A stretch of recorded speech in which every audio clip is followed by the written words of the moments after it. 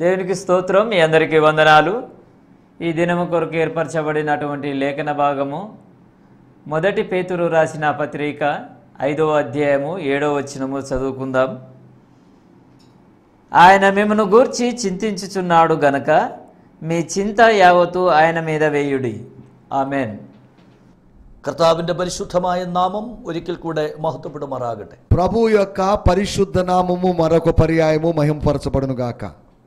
ഒരു പ്രാവശ്യം കൂടെ ദൈവത്തിന്റെ വചനത്തിന്റെ മുൻപാകെ ആയിരിക്കുന്ന നിങ്ങൾക്ക് എല്ലാവർക്കും യേശുക്രിസ്തുവിന്റെ നാമത്തിൽ സ്നേഹ വന്ദനങ്ങളെ അറിയിക്കുന്നു. మరొక పర్యాయము దేవుని వాక్యం వినడానికి వచ్చిన మీ అందరికీ ప్రేమపూర్వకమైన వందనాలు తెలియజేస్తున్నాను. ഇന്ന് പകലിൽ നാം ചിന്തിക്കുന്ന തിരുവചന ഭാഗം നമ്മെ കരുതുന്ന ദൈവത്തെ കുറിച്ചാണ്. ఈ ఉదయకాలము మనం ఆలోచించబోయేటువంటి లేఖన భాగము మన గురించి ఆలోచించేటువంటి చింతించేటువంటి విచారించే దేవుడి గురించి. പത്രോസിന്റെ ഒന്നാം ലേഖനം 5ാം അധ്യായം 7ാം വാക്യം അതിനാധാരമായി നാം വായിക്കുന്നു. దానికి మూల వాక్యంగా మొదటి పేతురు పత్రిక 5వ అధ్యాయము 7వ వచనాన్ని తీసుకుంటున్నాం. അവൻ നിങ്ങൾക്കായി കരുതുന്നതാകയാൽ നിങ്ങളുടെ സകല ചിന്താകുലവും അവന്റെ മേൽ ഇട്ടുകൊള്ളുവീൻ. ఆయన మిమ్మును గూర్చి చింతించుచున్నాడు గనుక మీ చింత యావత్తు ఆయన మీద వేయుడి. കർത്താവിന്റെ ശിഷ്യന്മാരിൽ പ്രഥമനായിരുന്ന പത്രോസ്ലീഹയാണ് ഈ ലേഖനം എഴുതിയിരിക്കുന്നത്. ప్రభు యొక్క శిష్యులలో ప్రథముడైనటువంటి పేతురు గారు ఈ పత్రిక రాశారు. പത്രോസിന്റെ ജീവിതത്തിൽ വ്യക്തിപരമായി താൻ ദൈവത്തിന്റെ കരുതലുകൾ ജീവിതത്തിൽ അനുഭവിച്ച വ്യക്തിയാണ്. తన జీవితంలో ప్రభు యొక్క చింతను ప్రభు యొక్క సమకూర్పును ఆయన అనుభవించిన వాడు. നമുക്കറിയാം ഗന്നസരേത്ത് തടാകത്തിന്റെ കരയിൽ യേശു ഒരിക്കൽ നിൽക്കുകയാണ്. ఒక సందర్భములో గెన్నెసరెత్ అనేటువంటి సరస్సు దగ్గర ఆయన ఉన్నాడు. അനേക പടകുകൾ മീൻ പിടിക്കക്കാർ അനേക പടകുകൾ കരയ്ക്ക് അടുപ്പിച്ചു നിർത്തി വല കഴുകുകയും അവർ ജോലി തീർത്ത് ഭവനങ്ങളിലേക്ക് പോകുവാൻ ആരംഭിക്കുകയുമാണ്. అక్కడ ఉన్నటువంటి బెస్తవారు జాలరులు తమ దోణెల్లోంచి దిగి వలలను శుభ్రపరుచుకుంటూ ఇళ్లకు వెళ్ళాలని ఆశపడుతున్నారు. അപ്പോൾ യേശു അതിൽ അവിടെ കരയ്ക്ക് അടുപ്പിച്ചു നിർത്തിയിരിക്കുന്ന പത്രോസിന്റെ പടകിന്റെ അടുക്കൽ ചെന്നു. అప్పుడు యేసు ప్రభు పేతురు యొక్క దోణె దగ్గరికి వచ్చాడు. അവൻ രാത്രി മുഴുവൻ അധ്വാനിച്ചിട്ട് ഒന്നും കിട്ടാതെ നിരാശനായി വല കഴുകി വൃത്തിയാക്കി വെച്ച ശേഷം അന്ന് വൈകിട്ട് വീണ്ടും മീൻപിടുത്തത്തിന് പോകുവാൻ വേണ്ടി വല കഴുകി വൃത്തിയാക്കിയ ശേഷം വീട്ടിലേക്ക് പോകുവാൻ തുടങ്ങുകയാണ്. ఆ రాత్రంతా తాను ప్రయాసపడినప్పటికీ ఏమీ ప్రయోజనం పొందుకోకుండా వలలు శుభ్రం చేసుకొని మరుసటి రోజు కొరకు వలలు వేయడానికి సిద్ధపడుతున్నాడు. നമുക്കറിയാം മീൻപിടുത്തം ഒരു കഠിനാധ്വാനമുള്ള ജോലിയാണ്. చేపలు పట్టడం అనేది అంత సులభమైన పని కాదు, కష్టతరమైన పని. രാത്രി മുഴുവൻ അവർ കടലിലാണ് കഴിയുന്നത്. రాత్రంతా వారు సముద్రములో గడుపుతారు. അവർ അങ്ങനെ രാത്രി മുഴുവൻ വല മാറി മാറി വീശിയിട്ടും ഒന്നും കിട്ടാതെ വന്നിരിക്കുന്ന ഒരവസ്ഥയിലാണ് പത്രോസും സഹോദരങ്ങളും. మార్చి మార్చి వలను విసిరినప్పటికీ ఏమి దొరకనటువంటి పరిస్థితిలో పేతురు గారు మరి అతని సహోదరులు ఉన్నారు. ആ പത്രോസിന്റെ അടുക്കൽ യേശു ചെന്നിട്ട് ചോദിച്ചു, നിന്റെ പടകിൽ ഞാനൊന്ന് കയറിക്കോട്ടെ. పేతురు గారి దగ్గరికి ప్రభు వెళ్ళి నీ దోణిలోకి ఎక్కొచ్చా అని అడిగాడు. പത്രോസ് വിചാരിച്ചു, ഇന്ന് പകൽ മുഴുവൻ ഈ പടക് വെറുതെ കിടക്കുകയാണ്, അതിലൊരാൾ കയറുന്നത് കൊണ്ട് എന്താണ് കുഴപ്പം? ఈ పగలంతా ఈ దోణి ఖాళీగా ఉంది, ఒక మనుషుడు ఎక్కి కూర్చుంటే నష్టం ఏంటి అని పేతురు అనుకోండొచ్చు. പത്രോസ് പറഞ്ഞു കയറിക്കോളാൻ പറഞ്ഞു. ఎక్కమని చెప్పాడు ప్రభు. എന്നാൽ യേശു കയറിയ ശേഷം പത്രോസിനോട് പറയുകയാണ്, ഈ പടക് അല്പം ഒന്ന് കടലിലേക്ക് മാറ്റി നിർത്തണം. యేసు ఆ దోణి ఎక్కిన తర్వాత ఆయనతో చెప్పిన మాట కాస్త లోపలికి నడిపించమని. പത്രോസിനെ എന്തു പറയണമെന്ന് അറിയത്തില്ല. അവൻ യേശുവിന്റെ വാക്കിന് മുമ്പിൽ യേശു ആരാണെന്ന് പത്രോസിന് അറിയത്തില്ല. പക്ഷേ ആ മനുഷ്യന്റെ വാക്കിന്റെ മുമ്പിൽ മറുത്തു പറയാൻ കഴിയാതെ താൻ കഴ ഊന്നി ഈ കടലിലേക്ക് പടകിറക്കി നിർത്തി. యేసు ఎవరో సరిగా తెలియనప్పటికీ కూడా యేసు మాట చొప్పున యేసు చెప్పాడు కనుక ఆ దోణిను కాస్త లోపలికి ముందుకు నెట్టుకు వెళ్ళాడు. യേശു ആ പടകിൽ ഇരുന്നു കൊണ്ട് കടൽക്കരയിൽ വന്നുകൂടിയ വലിയ പുരുഷാരത്തോട് ദൈവത്തിന്റെ വചനം സംസാരിക്കുമെന്ന്. యేసు ప్రభువుల వారు ఆ దోణిలో కూర్చొని సముద్ర తీరము దగ్గరికి వచ్చినటువంటి జనసమూహముతో వాక్యమును బోధించాడు. പത്രോസിന്റെ മനസ്സിൽ അനേക വേദനകൾ, അനേക പ്രശ്നങ്ങൾ, അനേക ആവശ്യങ്ങൾ ഇങ്ങനെ മനസ്സിൽ ഉയർന്നു വരികയാണ്. పేతురు గారి మనస్సులో అనేకమైన ఆలోచనలు, అనేకమైన భావాలు మెదలాడుతూ ఉన్నాయి. അവനെ അടുത്ത നിമിഷം ഭവനത്തിലേക്ക് ചെല്ലുമ്പോൾ ഭവനത്തിലെ ആവശ്യങ്ങൾ അവന്റെ മുമ്പിൽ പ്രശ്നമായി നിൽക്കുക. అతను ఇంకా కొన్ని నిమిషాల్లో ఇంటికి వెళ్ళబోతున్నప్పుడు ఇంట్లో అవసరతలో ఆయనతో మాట్లాడుతున్నాడు. പക്ഷേ അതെല്ലാം മറന്നതാണ് ഈ വചനം ഇങ്ങനെ കേട്ടുകൊണ്ടിരിക്കുകയാണ്. అవన్నీ మరిచిపోయిన ఆయన వాక్యము వింటూ ఉన్నాడు. യേശു പ്രസംഗിച്ച് തീർന്ന ശേഷം പത്രോസിനോട് പറഞ്ഞു, ആഴത്തിലേക്ക് നീക്കി നിന്റെ വലകൾ ഒന്നിറക്കുക. ప్రసంగించిన తర్వాత యేసు ప్రభు చెప్పాడు, కాస్త లోతులోకి నీ ధోరణి నడిపించమని. നമുക്കറിയാം, രാത്രി മുഴുവൻ അധ്വാനിച്ചിട്ട് ഒന്നും കിട്ടാതെ വന്ന മനുഷ്യനാണ്. రాత్రంతా ప్రయాసపడినప్పటికీ ఏమి పొందుకోని మనిషి పేతురు అని మనం గ్రహించవచ్చు. എന്നാൽ പത്രോസ് പറഞ്ഞ വാക്കുകൾ നമുക്കറിയാം. పేతురు గారు చెప్పిన మాటలు మనం ఎరిగి ఉన్నాం. ഗുരു, ഞങ്ങൾ രാത്രി മുഴുവൻ അധ്വാനിച്ച് ഒന്നും കിട്ടിയിട്ടില്ല. ఏలినవాడా, రాత్రంతా మేము ప్రయాసపడ్డాము. ഞാൻ ജനിച്ചു വളർന്നത്, എന്നെ പ്രസവിച്ചിട്ടത് ഈ കടൽ പുറത്താണ്. నేను పుట్టిన తర్వాత నన్ను పారవేసింది ఈ సముద్రములోనే అన్నట్టుగా ഈ ഗന്നസരേത്ത് തടാകത്തിന്റെ ఆഴവും పరപ്പും എനിക്ക് നന്നായി അറിയാം. ఈ గెన్నెసరెత్ సరస్సు యొక్క లోతు దాని యొక్క എവിടെയെല്ലാം ഏതെല്ലാം നിലയുള്ള മത്സ്യങ്ങൾ ഉണ്ടെന്ന് എനിക്കറിയാം. ఎక్కడ ఎటువంటి రకము చేపలు ఉంటాయని నాకు బాగా తెలుసు. ഈ ഗന്നസരേത്ത് തടാകത്തിലാണ് കഴിഞ്ഞ രാത്രി മുഴുവൻ ഞാൻ വല വീശിയത്. గత రాత్రంతా ఈ గెన్నెసరెత్ సరస్సు దగ్గర ఉన్నాను. ഈ തെളിഞ്ഞ ജലാശയത്തിൽ പകൽ ആരും വല വീശാറില്ല. ఈ విస్తారమైన జలాశయములో పగలు ఎవరు వలను విసరరు. పగలు వల వీసియాൽ నిഴൽ తట్టి మత్స్యങ്ങൾ ఓడిమరയും. ఒకవేళ పగలు పూట వలను విసిరితే ఆ నీడను బట్టి చేపలు వెళ్ళిపోతాయి, അതുകൊണ്ടാണ് രാത്രിയിൽ വല വീശുന്നത്. అందుకొరకే రాత్రి వలను విసురుతారు. എന്നാൽ സാഹചര്യങ്ങളെല്ലാം അനുകൂലമല്ലെങ്കിലും, పరిస్థితులన్నీ అనుకూలం లేనప్పటికీ కూడా, ഇന്ന് വരെ ഞാൻ ചെയ്തതിൽ നിന്ന് വ്യത്യസ്തമായ അവസ്ഥയാണെങ്കിലും, ఈ దినము వరకు నేను చేయనటువంటి ఒక ప్రత్యేకమైన అనుభవం అయినప్పటికీ, ഞാൻ അങ്ങയുടെ വാക്കിൽ വല ഇറക്കുവാൻ പോകുകയാണ്. నీ మాట చొప్పున వలను వేస్తాను. ഇതാ പത്രോസ് വല ഇറക്കുകയാണ്.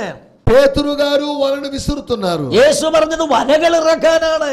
యేసు ప్రభు చెప్పాడు, వలను దించండి. പത്രോസിന് ഒരു വല നിറച്ച് മീൻ കിട്ടിയാൽ മതി. పేతురు గారికి ఒక వలలో కావలసిన చేపలు చాలు. యేసు പറഞ്ഞു വലകൾ ഇറക്കുക എന്നാണ്. యేసు చెప్పాడు, వలలు వేయండి. ഇതാ യേശു വലകൾ ഇറക്കുവാൻ പറയുന്നതിന് മുമ്പ് മത്സ്യത്തോട് കൽപ്പിച്ചിരുന്നു. యేసు ప్రభు వలలు వేయండి అని చెప్పడానికి ముందుగా చేపలకు ఆజ్ఞాపించాడు. രണ്ട് വലയിൽ കയറേണ്ട മത്സ്യമെല്ലാം കൂടെ ഒരു വലയിലേക്ക് കയറുകയാണ്. రెండు వలల్లో చేరవలసినటువంటి చేపలన్నీ ఒక వలలోకి చేరుకున్నాయి. അതാണ് അവിടെ എഴുതിയിരിക്കുന്ന വല കീറാറായി എന്ന്. వలలు పిగలడానికి సిద్ధంగా ఉన్నాయి అని. അവൻ തന്റെ പടകും മറ്റുള്ളവരുടെ പടകും തന്നെ നിറച്ചതായി നാം വായിക്കുന്നു. తన దోనె మరియు ఇతరుల యొక్క దోనె కూడా అతను నింపేటువంటి పరిస్థితి. ഞാനൊരു സന്ദേശം നിങ്ങളോട് ഇന്ന് പകൽ കൈമാറാം. ఈ ఉదయకాలము మీకు ఒక ఆత్మ సంబంధమైన సందేశం ఇస్తుంది. നിങ്ങൾ ഒരുപാട് വർഷമായി അധ്വാനിക്കുന്ന ഒരു മേഖലയായിരിക്കാം. ఒకవేళ అనేక సంవత్సరాలుగా మీరు కష్టపడుతున్న అనుభవం, നിങ്ങൾ ചെയ്തുകൊണ്ടിരിക്കുന്ന ജോലി, നിങ്ങൾ ചെയ്തുകൊണ്ടിരിക്കുന്ന പ്രവൃത്തി, നിങ്ങൾ ചെയ്തുകൊണ്ടിരിക്കുന്ന ശുശ്രൂഷ, നിങ്ങൾ പഠിച്ചുകൊണ്ടിരിക്കുന്ന വിദ്യാഭ്യാസ മേഖല, അത് നിങ്ങൾക്ക് വളരെ സുപരിചിതമായ മേഖലയാണ്. ఒకవేళ మీరు చేస్తున్నట్టు పని, మీరు చేస్తున్నట్టు వృత్తి, మీరు చేస్తున్న పరిచర్య, అది బాగా అనుభవం ఉన్నటువంటి రంగమై ఉండొచ్చు. പക്ഷേ ഇന്ന് നിങ്ങൾ പരാജയപ്പെട്ടിരിക്കുന്നു. ఈ దినములలో అందులో మీరు పరాజయానికి గురయ్యారు. അവ ജീവിതത്തിൽ ഒരിക്കൽ പോലും ഉണ്ടാകാത്ത ഒരു തകർച്ച, ഒരു പരാജയം, ഒരു നഷ്ടം നിങ്ങളുടെ ജീവിതത്തിൽ നേരിട്ട് കഴിഞ്ഞിരിക്കുന്നു. జీవితంలో ఎప్పుడూ జరగనటువంటి ఒక నష్టం, ఒక వైఫల్యం మీకు జరిగింది. എന്നാൽ ഇന്ന് പകലിൽ യേശുവിന്റെ വാക്കിന് നിങ്ങൾ മുൻപോട്ട് ചുവടുകൾ വെക്കാൻ തയ്യാറായ, ఈ మధ్యాహ్న కాలము యేసు మాట చొప్పున ముందడుగు వేస్తే, അവൻ യേശു പറയുമ്പോൾ പത്രോസ് വിചാരിച്ചു, ഈ പകൽ എങ്ങനെയാണ് ഇത് ചെയ്യുന്നത്?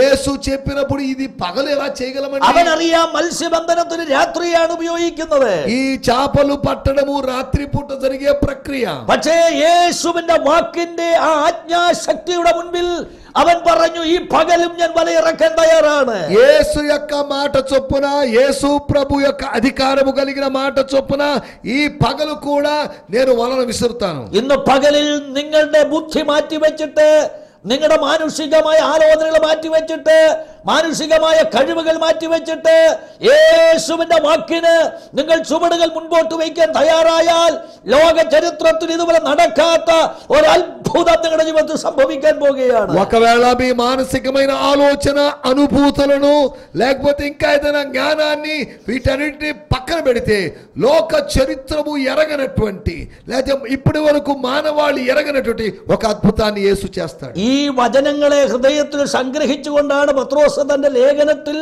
അവൻ നിങ്ങൾക്ക് വേണ്ടി കരുതുന്ന ദൈവമാണെന്ന് എഴുതിയത്. ఈ వాక్యాలన్నీ మనసులో ఉంచుకున్న పేతురు ఆయన మీ గురించి చింతిస్తున్నాడు అని అన్నాడు. ഇത് മാത്രമല്ല, ഒരിക്കൽ കരം വാങ്ങുന്നവർ കരം പത്രോസിനോട് ചോദിച്ചതായി നമുക്ക് കാണും. ఒకసారి పన్నులు వసూలు చేసేవారు పేతురు దగ్గరికి వచ్చి పన్నుల గురించి అడిగారు. ആമേൻ. യേശുവിന്റെ അടുക്കലേക്ക് പത്രോസ് വേദനയോടെ വരികയാണ്. యేసు దగ్గరికి పేతురు గారు వేదనతో వచ్చాడు. യേശുവിന്റെ പിന്നാലെ ഇറങ്ങി തിരിച്ചിട്ട് കരം കൊടുക്കാൻ പോലും നിവൃത്തിയില്ലാത്തൊരവസ്ഥയാണല്ലോ എനിക്കുള്ളതെന്ന് അവൻ മനസ്സിൽ ചിന്തിച്ചു കാണും. యేసు ప్రభువుని అనవసరంగా వెంబడించడం వల్ల పన్ను కూడా చెల్లించలేని పరిస్థితిలో ఉన్నామని బాధ. యేసుവിനോട് അവൻ വിഷയം പറഞ്ഞില്ല. యేసుతో అతను విషయం చెప్పలేదు. యేసుവിന്റെ അടുക്കൽ വന്നപ്പോൾ യേശു ചോദിച്ചു, കരം കൊടുക്കണ്ടേ പത്രോസേ? యేసు దగ్గరికి వచ్చినప్పుడు పేతురుని అడిగారు, ఏం బాబు పన్ను చెల్లించొద్దా? നീ ഒരു ചൂണ്ടയെടുത്ത് കടലിലേക്ക് പോക. నీ ఒక గాలాన్ని తీసుకొని సముద్రానికి వెళ్ళు. അവിടെ ചൂണ്ടയിൽ ഒരു മീൻ കൊത്തും. అక్కడ ఆ వలను లేకపోతే ఆ గాలానికి ఒక చాప చిక్కు അതിന്റെ വായിൽ ചതുർനിർമ്മപ്പണം ഉണ്ടാകും. ఆ దాని నోటిలో ఒక షెకెలు ఉంటుంది. 2 ദ്രഹ്മയാണ് ഒരു മനുഷ്യന്റെ കരമായി നടക്കേണ്ടത്. ఒక మనుషునికి 2 షెకెలుల పన్ను చెల్లించాలి. എന്നാൽ 4 ദ്രഹ്മ ഇതിനകത്ത് ഉണ്ടാകുമെന്ന് യേശു പറഞ്ഞു. అక్కడ 4 చిన్న దేనారములు అయితే షెకెలు ఉన్నాయి. അത് എടുത്ത് എനിക്കും നിനക്കും വേണ്ടി നീ കൊടുക്ക എന്ന് പറഞ്ഞു. ఇలా ఈ షెకెలను తీసుకున్నట్లయితే నీకు నాకు కావలసిన పన్ను చెల్లించవచ్చు. അപ്പോൾ യേശു ജീവിതത്തിൽ ചെയ്ത അത്ഭുത പ്രവൃത്തികൾ, ദൈവത്തിന്റെ കരുതലുകൾ വ്യക്തിപരമായി അനുഭവിച്ച പത്രോസാണ് ലേഖനദ്വാര നമ്മോട് പറയുന്നത് അവൻ നമുക്ക് വേണ്ടി കരുതുന്ന ദൈവമാണെന്ന്. యేసు చేసినటువంటి అద్భుతములు చూసినటువంటి, యేసు చేసిన కార్యములు చూసినటువంటి పేతురు ఆయన మన కొరకు సిద్ధపరుస్తాడు, అనుగ్రహిస్తాడు, లేకపోతే సేకరించి పెడతాడు అని చెప్తున్నాడు. നമ്മുടെ ദൈവം ഭൂത വർത്തമാന ഭാവി കാലങ്ങളിൽ നമുക്ക് വേണ്ടി കരുതുന്ന ദൈവമാണ്. మన దేవుడు భూత భవిష్యత్ వర్తమాన కాలములో మనకు కావలసిన వాటిని సిద్ధపరిచేవాడు. എന്താണ് യേശു భూതകാലത്ത് നമുക്ക് വേണ്ടി കരുതിയത്? భూతకాలములో గత కాలములో యేసు మన కొరకు ఏం సిద్ధపరిచాడు? ఎఫెసీ ലേഖനം 1-ാം അധ്യായം 4-ാം വാക്യം നാം വായിക്കുമ്പോൾ, ఎఫెసీ పత్రిక 1వ అధ్యాయము 4వ వచనము చదివినప్పుడు, അവൻ ലോകസ്ഥാപനത്തിനു മുമ്പേ പിതാവായ ദൈവം യേശു ക്രിസ്തുവിലൂടെ നമ്മെ കണ്ടു, നമ്മെ വീണ്ടെടുത്തു, നമ്മെ തിരഞ്ഞെടുത്തു എന്ന് വായിക്കുന്നു. అక్కడ రాయబడింది, జగత్తుకు పునాది వేయబడక ముందే ఆయన క్రీస్తు యేసులో మనల్ని ఏర్పరచుకున్నాడు అని చెప్పబడింది. ഞാനും നിങ്ങളും ദൈവമക്കളായി മാറിയത് നമ്മുടെ ചിന്ത കൊണ്ടും നമ്മുടെ ബുദ്ധി കൊണ്ടും നമ്മുടെ എന്തെങ്കിലും വിശേഷ കഴിവുകൊണ്ടുമല്ല. ലോക സ്ഥാപനത്തിനു മുൻപ് യേശു ക്രിസ്തുവിലൂടെ പിതാവായ ദൈവം നമ്മെ കണ്ടതുകൊണ്ടാണ്. నీకు నాకు ఉన్న జ్ఞానమును బట్టో తెలివితేటలను బట్టో మనం ఆయన బిడ్డలుగా మారలేదు. కానీ జగత్తుకు పునాది వేయబడక ముందే ఆయన మనల్ని నిర్ణయించుకున్నాడు, ఏర్పరచుకున్నాడు. కాబట్టి നാം തന്റെ സന്നിധിയിൽ വിശുദ്ധരും നിഷ്കളങ്കരുമാകേണ്ടതിന് ദൈവം ലോകസ്ഥാപനത്തിനുമ്പേ യേശുക്രിസ്തുവിലൂടെ തിരഞ്ഞെടുത്തിരിക്കുകയാണ്. మనము ఆయన సన్నిధిలో పరిశుద్ధముగాను యథార్థముగా ఉండినట్లుగా ఆయన జగత్తుకు పునాది వేయబడక ముందే నిర్ణయించాడు. മനുഷ്യവർഗത്തെ കുറിച്ച് ദൈവത്തിന് വലിയ പദ്ധതികൾ ഉണ്ടായിരുന്നു. మనుషుల గురించి దేవునికి ఒక పెద్ద ప్రణాళిక ఉన్నది. ആമേ. ഉൽപ്പത്തി പുസ്തകം നാം വായിക്കുമ്പോൾ, ఆది కాండములో మనం చూసినట్లయితే 1-ാം അധ്യായം 28-ാമത്തെ വാക്യം നാം വായിക്കുമ്പോൾ, 1వ అధ్యాయము 28వ వచనంలో ദൈവം മനുഷ്യനെ സൃഷ്ടിച്ച ഭൂമിയിൽ അവനെ എല്ലാ അധികാരമുള്ളവനായി ഭൂമിയെ അടക്കി വാഴുവാനായിട്ട് അവനെ ആക്കി വെച്ചു.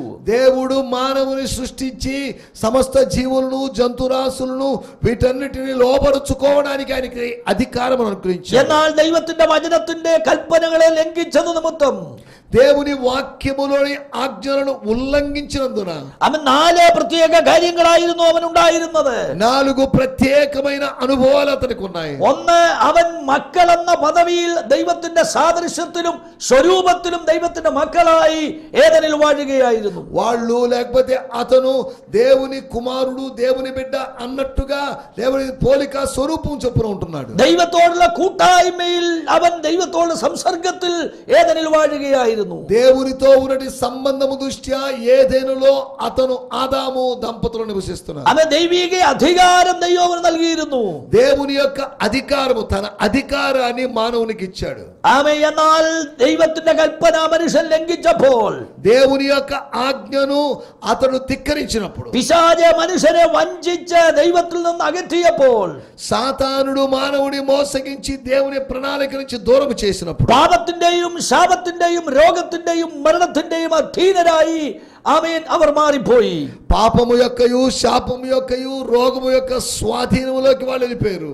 അങ്ങനെ ആയി തീർന്ന മനുഷ്യൻ, అలా తయారైన మనిషి, ദൈവത്തിന്റെ മക്കൾ എന്ന പദവിയിൽ നിന്ന് വീണുപോയ മനുഷ്യൻ, దేవుని యొక్క కుమారుడు అనే హోదా నుంచి పడిపోయిన వాడు, ദൈവിക കൂട്ടായ്മയിൽ നിന്ന് അകന്നുപോയ മനുഷ്യൻ, దేవుని సహవాసము నుంచి దూరమైన వాడు, ദൈവിക അധികാരം നഷ്ടപ്പെട്ടു പോയ മനുഷ്യൻ, దేవుని యొక్క అధికారాన్ని నష్టపోయిన వాడు. പിതാവായ ദൈവം മനുഷ്യവർഗത്തെ വീണ്ടെടുക്കുവാൻ ഒരുക്കിയ പദ്ധതിയാണ് കാൽവറി ക്രൂശിലെ യേശുക്രിസ്തുവിന്റെ യാഗം എന്ന് പറയുന്നത്. ఇటువంటి మానవుని కోసం తండ్రి అయిన దేవుడు కలువరి శిలువలో యేసు ప్రభు ప్రాణత్యాగం ద్వారా విమోచించాలనే ప్రణాళిక కలిగి ఉన్నాడు. ഗലാത്യ ലേഖനം 4-ാം അധ്യായം 4-ാമത്തെ വാക്യത്തിൽ നാം ഇങ്ങനെയാണ് വായിക്കുന്നത്. గలతీయులకు రాసిన పత్రిక 4వ అధ్యాయము 4వ వచనంలో എന്നാൽ കാലസമ്പൂർണ്ണത വന്നപ്പോൾ ദൈവം തന്റെ പുത്രനെ സ്ത്രീയിൽ നിന്ന് ജനിച്ചവനായി ന്യായപ്രമാണത്തിന് കീഴിൽ ജനിച്ചവനായി ലോകത്തിലേക്ക് അയച്ചു. కాలము పరిపూర్ణమైనప్పుడు దేవుడు తన కుమారుడైనటువంటి యేసుక్రీస్తును స్త్రీ సంతానముగా ఆయన పుట్టించాడు, ధర్మశాస్త్రమునకు లోబడిన వాడిగా ఆయన పంపాడు అని రాయబడింది. അങ്ങനെ ലോകത്തിലേക്ക് വന്ന യേശുക്രിസ്തു മനുഷ്യവർഗത്തിന്റെ മുഴുവൻ പാപത്തെയും വഹിച്ചുകൊണ്ട് കാൽവറിയിൽ മരിച്ച് അടക്കപ്പെട്ടു ഉയർത്തെഴുന്നേറ്റു. అలా వచ్చినటువంటి యేసు ప్రభు మానవ పాప పరిహారము నిమిత్తమై కలువరి శిలువలో ఆయన మరణించాడు. യേശുക്രിസ്തുവിന്റെ കാൽവറി മരണത്തിലൂടെ നമുക്ക് എന്താണ് ലഭ്യമായത്? యేసు ప్రభు యొక్క కలువరి శిలువ వలన మనకేం దొరికింది? മക്കളെന്ന പദവി അവനെ വിശ്വസിക്കുന്നവർക്ക് മടക്കി ലഭിക്കുന്നു.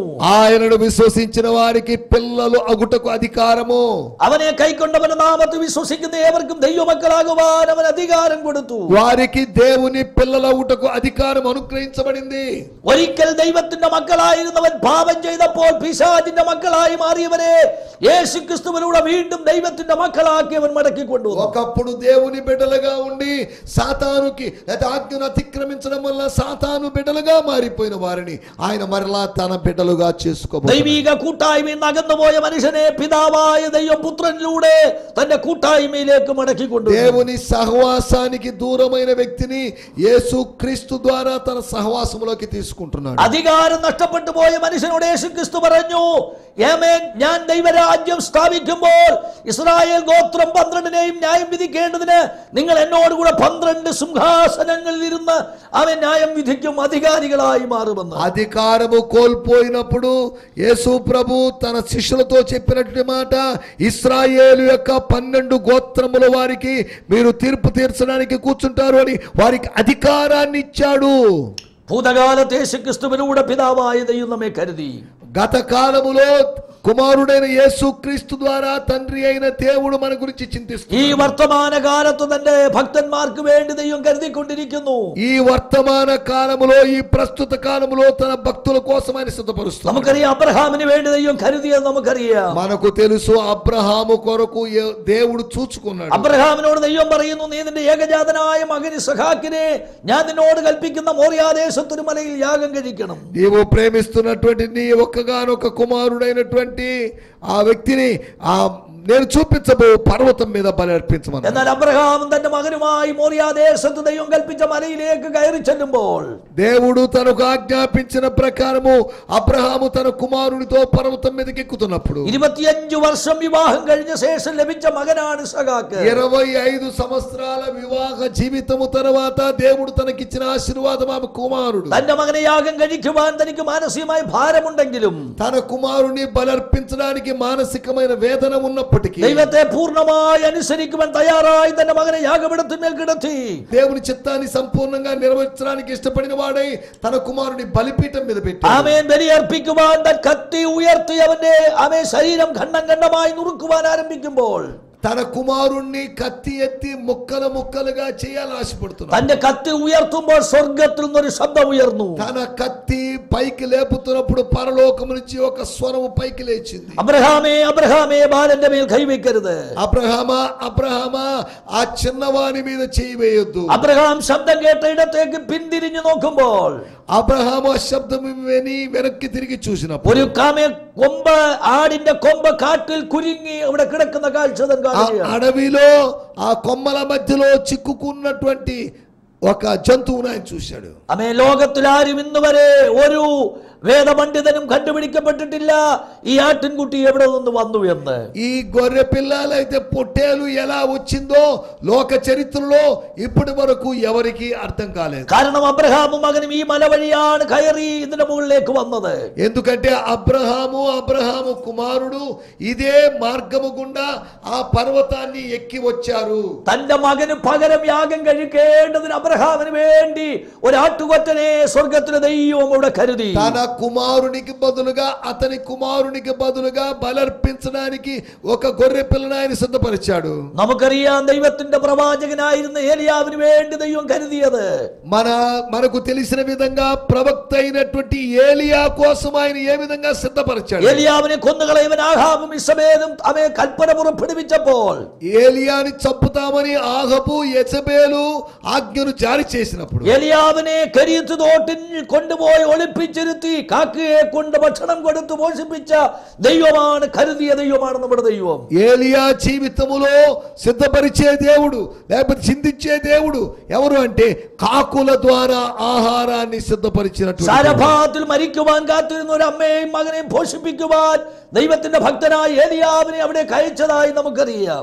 చనిపోవడానికి చివరి అప్పము తిని చనిపోవడానికి సిద్ధముగా ఉన్నటువంటి తల్లిని కుమారుని గురించి శ్రద్ధ కలిగి వారిని లక్ష్యము చేసిన దేవుడు మన దేవుడు. നമുക്കറിയാം യേശുവിന്റെ പാദപീഠത്തിൽ 3 ദിവസങ്ങൾ ഇരുന്ന ദൈവവചനം കേട്ടുകൊണ്ടിരുന്ന ജനത്തെ അവയെ പറഞ്ഞയക്കുവാൻ ശിഷ്യന്മാര് പറയുമ്പോൾ 5 അപ്പവും 2 മീനും കൊണ്ട് 5000 പുരുഷന്മാരെയും സ്ത്രീകളെയും കുഞ്ഞുങ്ങളെയും പോഷിപ്പിച്ചതായി തിരുവചനത്തിൽ നാം വായിക്കുന്നു. బోధ వింటున్నటువంటి జనులు 3 దినములుగా బోధ వింటున్న జనుల కొరకు 5000 మంది ప్రజలకు 5 రొట్టెలు 2 చేపలతో ఆహారాన్ని సిద్ధపరిచిన ഇന്നും ലോകത്തിന്റെ വിവിധ രാജ്യങ്ങളിൽ ദേശങ്ങളിൽ 1000 ലക്ഷോപലക്ഷം ജനങ്ങളെ ദൈവം വ്യത്യസ്തമായ നിലകളിൽ അവർക്ക് വേണ്ടി ദൈവം കരുതിക്കൊണ്ടിരിക്കുകയാണ്. ఈ దినాల్లో వేరు దేశాల్లో వేలాది ప్రజల కొరకు ఆయన ఆహారమును సిద్ధపరుస్తున్నాడు, లక్ష్యం చేస్తున్నాడు వారిని.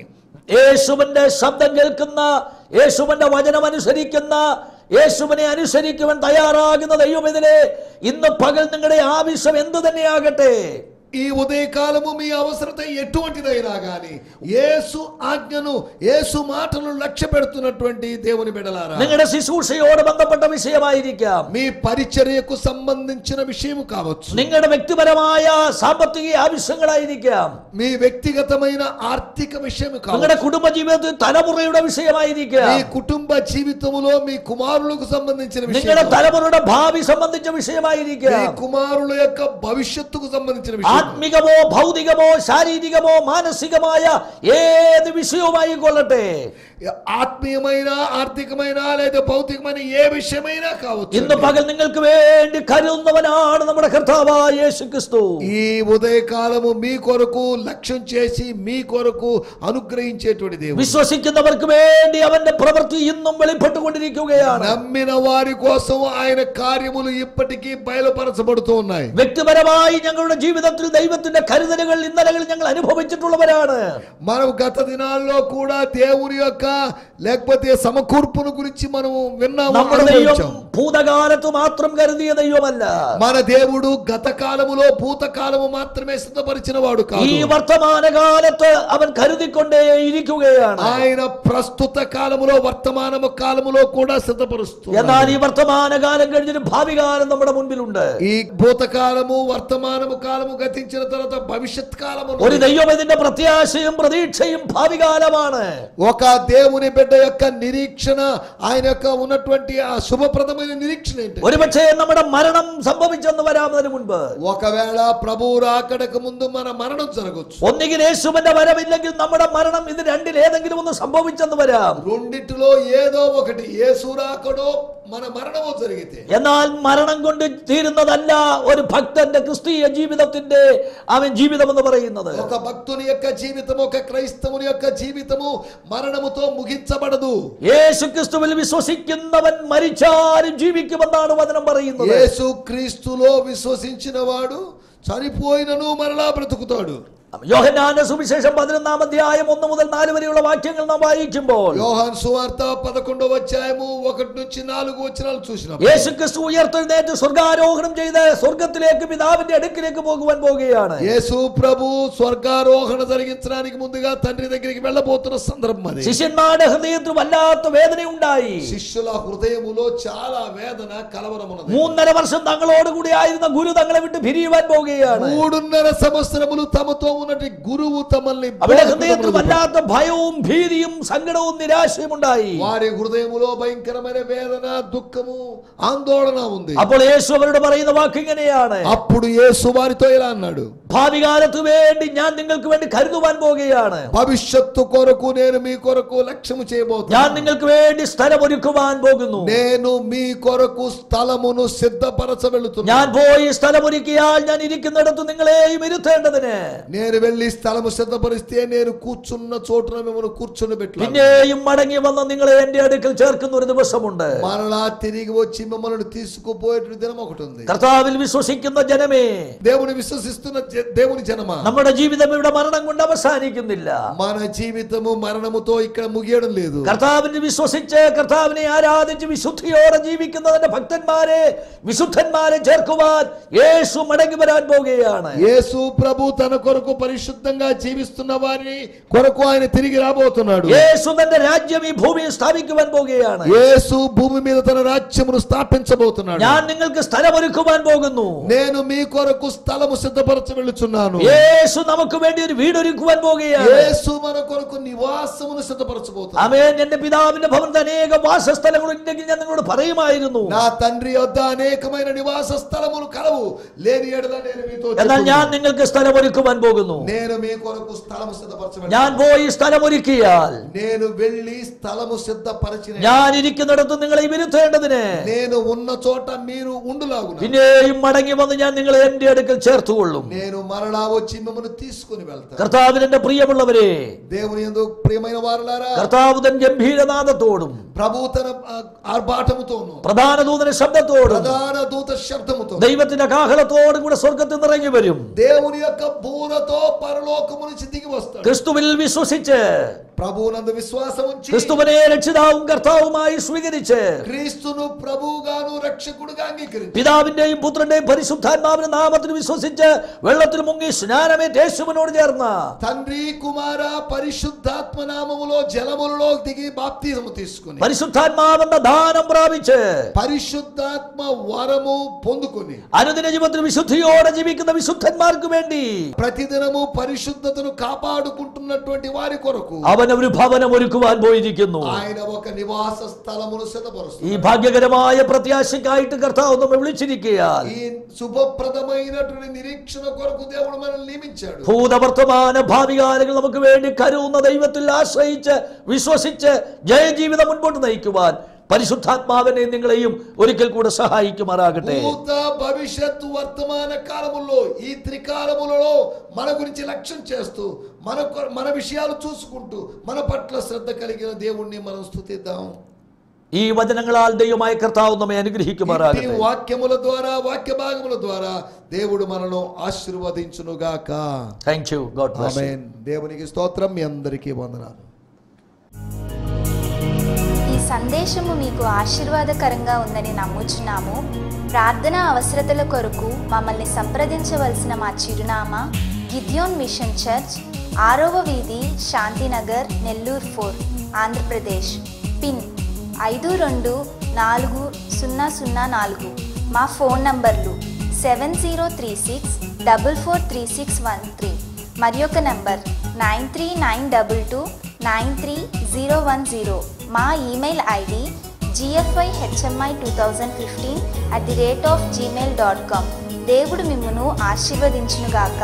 ఆమేన్.